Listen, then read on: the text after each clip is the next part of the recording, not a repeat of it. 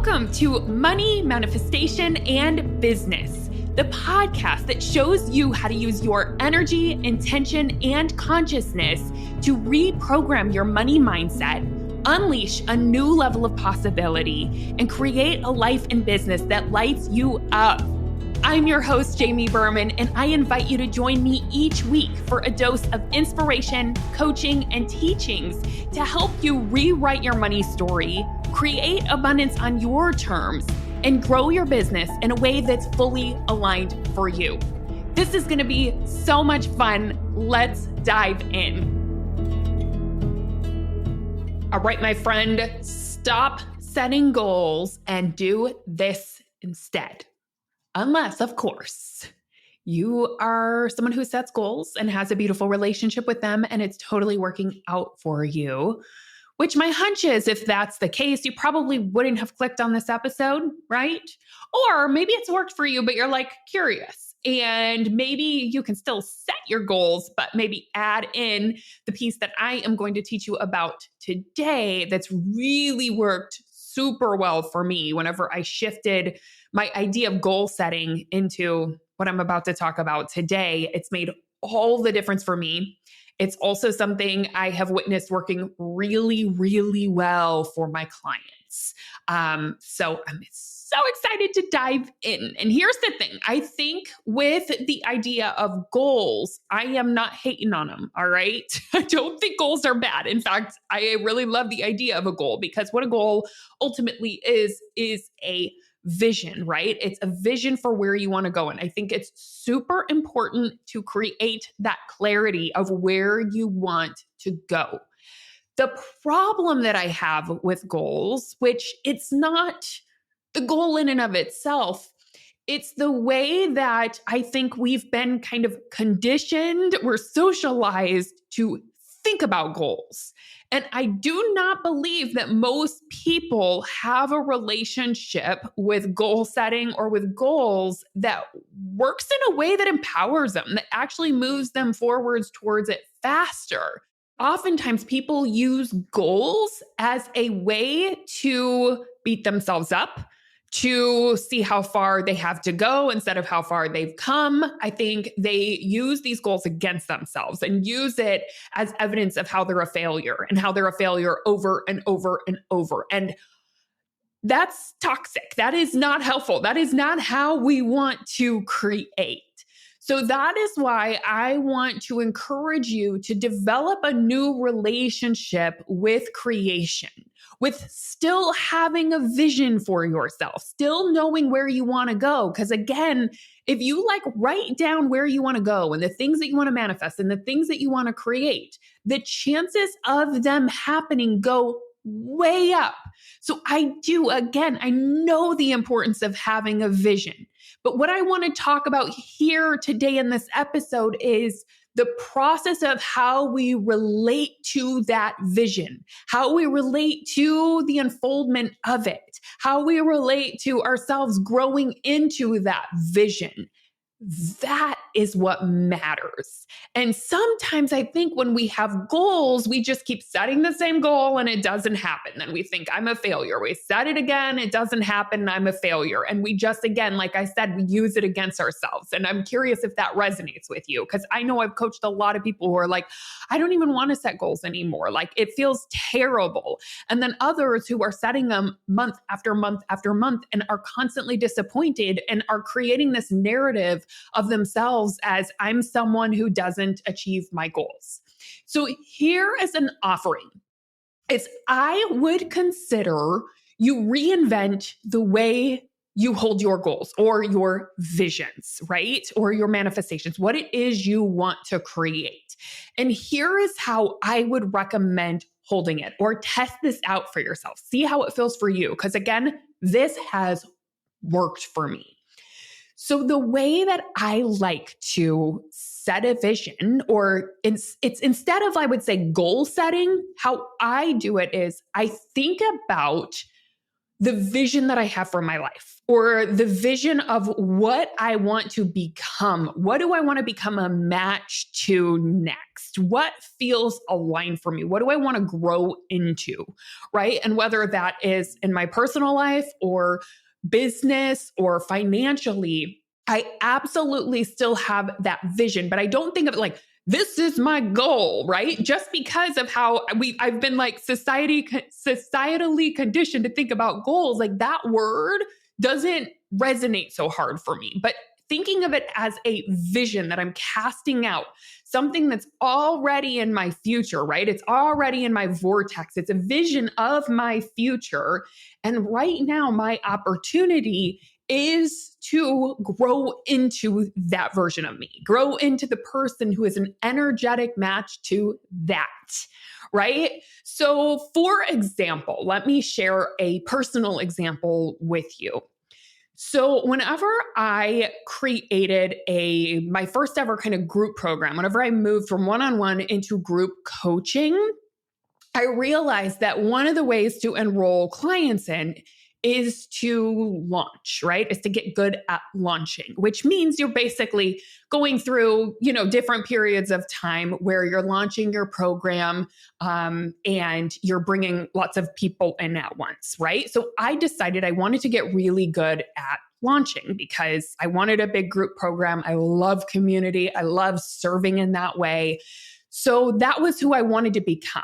So I think in the past, the way that I used to hold goals is I would have just said, oh, I want to do a launch and I want to be successful at it, right? My goal would have been, I want to get 30 people into this first launch, right? But I knew after doing this work for quite some time that the best way for me to grow into the next evolution of myself as someone who is really good at launching is to practice it over and over, to become someone who's good at launching. And I knew the first launch I was going to do probably wasn't going to be my best launch I've ever done. Maybe it would, maybe it'd be awesome. Maybe I'd exceed my goals. And I have done that many times, right? Where like, oh, I'm surprised by this. I'm actually better at it than I thought.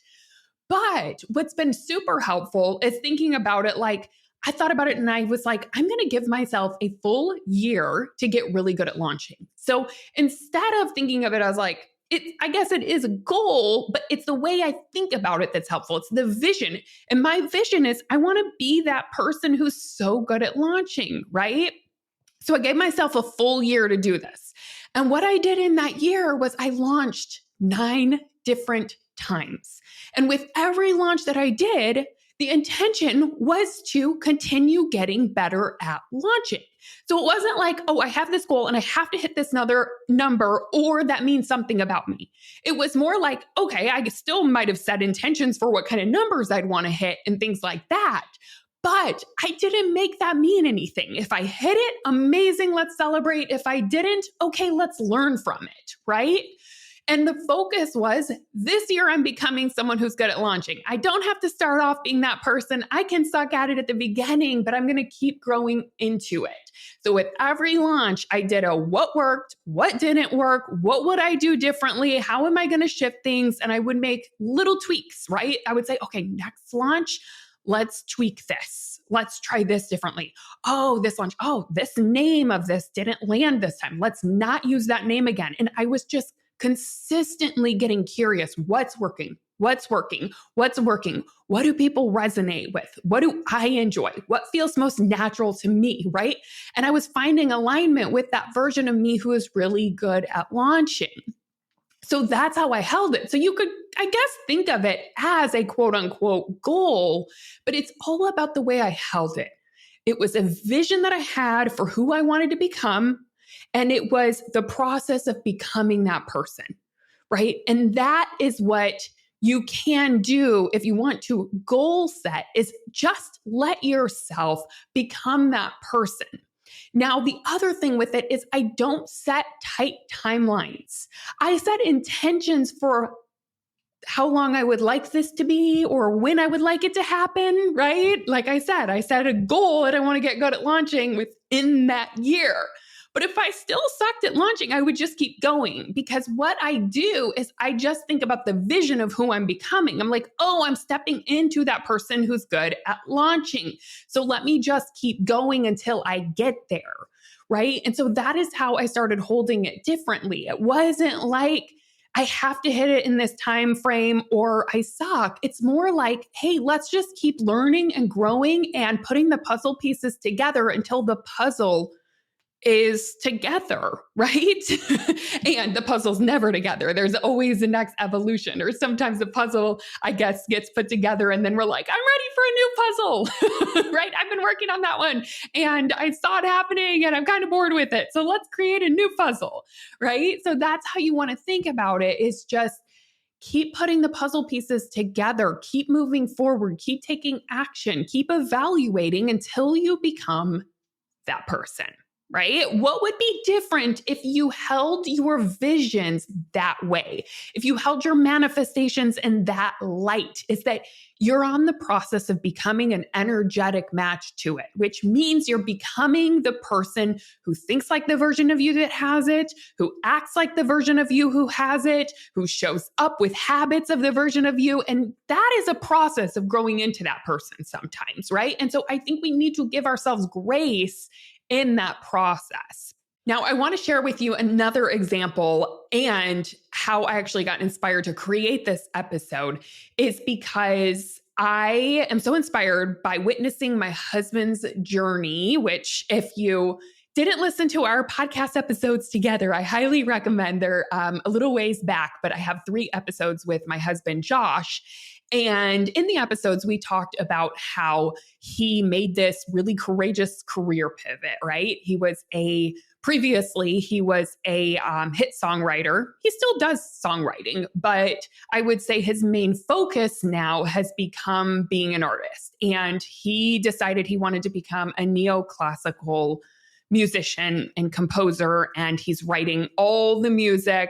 He's hiring an orchestrator. He's getting people to play on his albums. It's amazing. He had this vision that happened kind of through the pandemic, of where he realized he didn't want to just write songs for other people anymore. He wanted to write songs that he felt called to share, and then he wanted to come through him.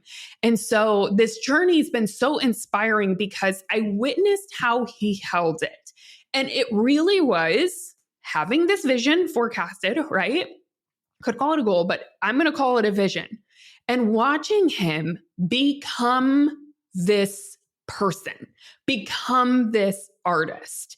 So initially, when he decided that he wanted to do this and make this pivot, he thought, oh, I need a record deal, right? Let me meet up with either like record deals. He met up with agents who do like their agents for film composers.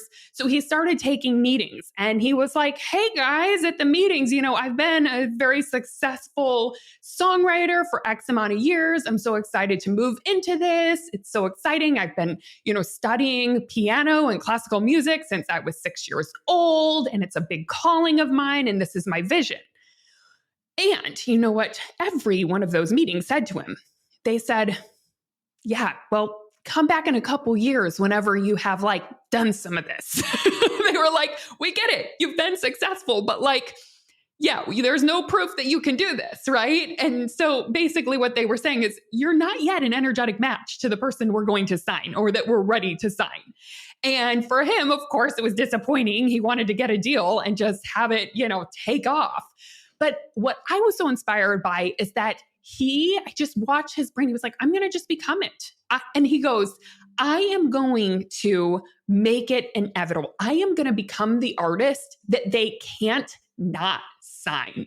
I am going to become inevitable to these record labels. And what I'm hearing is, you are, like he was saying in my language, he's becoming an energetic match to the person who gets signed by a major record label. And I witnessed this, you guys, for the past several years, like 3 years, where he has been in this becoming process. And he has not gotten stuck on timelines. He's, of course, moved through some disappointment throughout that, where there's certain things that maybe he thought were going to land, but didn't. But he gets back up and keeps going. He's been so committed to this vision and becoming this vision, right? So that's what the process over these past 3 years has been, is him becoming the vision. Step by step by step, right? So he started out by just creating his own album, and he created some piano albums, and he started working with some smaller labels to start, right? He created the album, then started pitching it so that he got picked up by some smaller labels. Put that out there. He's like, if I want a major label, I have to get streams out there. Like, they want someone who has something proven, right? It reminds me of Shark Tank. They don't want to invest in someone that hasn't proven the concept here first. And that's how these major record labels are. They don't want someone who hasn't proven themselves yet. So Josh is like, I got to get some numbers up on Spotify. I got to get numbers on Apple Music. So he just started putting out music and teaming up with some smaller labels that were absolutely wonderful and really helped him get his work out in the world. And he said, you know, if I'm an energetic match to a major label, guess what? I have an online presence. And he was someone, y'all, who is a millennial who did not have Facebook. He did not have Instagram. He was not on social media. I always tell him he's like an old school millennial, right? I always say, like, you're like a baby boomer, but a millennial, because that's how he is. Like, up until this year, y'all, we have had a landline, which I always joke. Like, I'm always like, Josh, like, what generation did you grow up in? He loved having a landline, which I think is hilarious, because most people don't have landlines anymore. Anyways, I'm going on a tangent, but you get the idea. He didn't have social media, wasn't into it at all. But he was like, you know, if I'm going to become an energetic match to a major label, I have a social presence. And you know what? The more people I have following me, the better, because that's going to prove to them that I can sell out tours and things like that. So he's been super committed and said, you know, I'm going to post a video every single week. I'll just post piano videos on social, and then just committed to building his following. And my goodness, it's been just a couple years now. I think he's been doing this, he's been committed to this for 2 years. And now between TikTok and Instagram, I think he has like 50,000 followers between the two, if not more. It's amazing. He's been boosting his posts. It's been working. And he has literally, it's so fun to share this with you now, because he is on the precipice of getting a major label. Like, he's finishing up his 16-piece album right now as we speak. He's right downstairs mixing this thing with his best friend who mixes it with him. And he's about to launch it in a month, right? He's getting the website for it ready. He's like, I am doing everything possible so they would be so dumb to reject me, right? He's like, I want to be that person where they're actually fighting over a deal, where everyone's saying yes to it. And he's become that, right? And I witnessed this. He has self-funded, between the two of us, we have self-funded this 16-piece album, right? Because he's like, hey, you know what? I'm going to show them. If they don't want to fund it, I'll fund it. And then we're going to, negotiate that kind of stuff. So really amazing to have witnessed this. And that's what inspired this episode, because it's not like he just had a goal that he kept setting over and over and over and over. He was more committed to, who am I becoming? How am I becoming this? Right. And that's how I approach my business too. It's like, if I want to grow in a certain area, how am I becoming the person who naturally has that growth? Right? Where that's just what happens because of the person that I am being. So I want to throw this out to you, and I want to offer that you reflect on this idea. What if, instead of just setting monthly goals, what if you decided what you wanted to create, what the vision is for yourself, and why you have that vision, right? We want to have kind of a why behind it, because we got to be led by it. It has to feel inspiring and make sure it feels right to you and it's actually your soul's vision. Check in on that. And when you have it, ask yourself, what do I need to do to become that? Who is the person who has that thing? And what's really beautiful about doing it in this way is that when you get it, you don't lose it. Because guess what? You're a vibrational match to it. You've become that person, right? And I love what Michael Beckwith says. He's one of my favorite manifestation teachers, love him so much. He says, you cannot have what you are not a match to vibrationally, right? So if you want something, you must become it vibrationally. And I know that word is super woo-woo, like, what does that mean vibrationally? But I will tell you how I understand that. Because thoughts have vibrations, beliefs have vibrations, feelings have vibrations. The actions that we take or don't take have vibrations. Are the vibrations of the way that you're thinking, feeling, acting, the habits that you're showing up doing each day, are those vibrationally a match to that person you want to be, to that which you want to have? And if not, it's just an opportunity to day after day get closer and closer to that, move more and more into alignment with that. And again, it doesn't have to happen overnight. Like I said, Josh has taken 3 years to become this. And there's been many evolutions along the way. First, he became the person who put out an album, right? Then he became the person who is on social media and has a presence and is visible, right?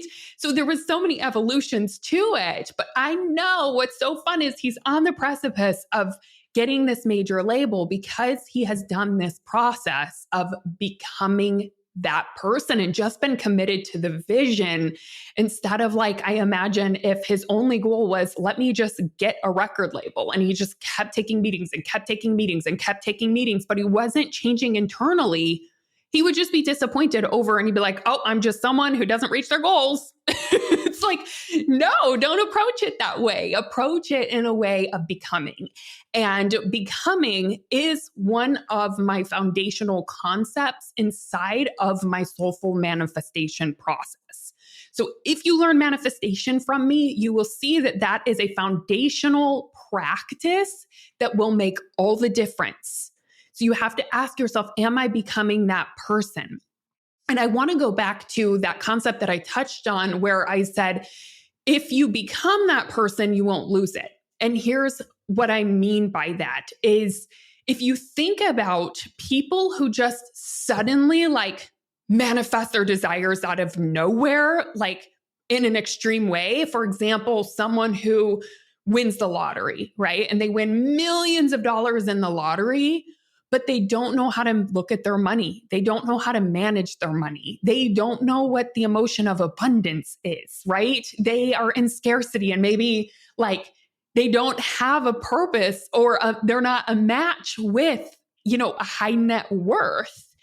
They will end up spending all that money or losing all that money. Why did they lose it? Even though they called it in, they created it, they lost it because they hadn't become the millionaire. Right? They hadn't become that person yet. And that's not to scare you if you're someone who like manifests something really fast, or if you're someone who wins the lottery, because you can decide consciously, oh my gosh, I won this. I want to learn how to become a millionaire. And you can do that like while you have it, right? This is what quantum leaps are about. I've had many clients who have had quantum leaps. And it's interesting because they just have to do the work along with having it, right? But you can't have the thing and be your old self because you won't keep the thing, right? Be your old self who wasn't a match to the thing. And that's what I mean. So for example, even if like, I'll give the example even with my husband, Josh, if he got a record deal, but he wasn't a match for that, maybe it wouldn't be successful. It wouldn't take off. He wasn't quite ready for it. And maybe they would have dropped him, right? That's an example of not actually becoming the person, not being a vibrational match to it. So that's why we want things to happen when we're ready for them. And we want to prepare ourselves and get ready. So I want to propose this to you. I want you to think about what it is you are calling in, right? And I want you to think about how can you take one step towards becoming that person. So let's say you want to have consistent, I'm throwing out a number, 8K months. Now you might be saying, Jamie, I want to have consistent 800K months, right? Everyone who listens to this is in a different place financially, right? And it doesn't matter because the inner work around money works no matter where you are financially, right? This inner work applies.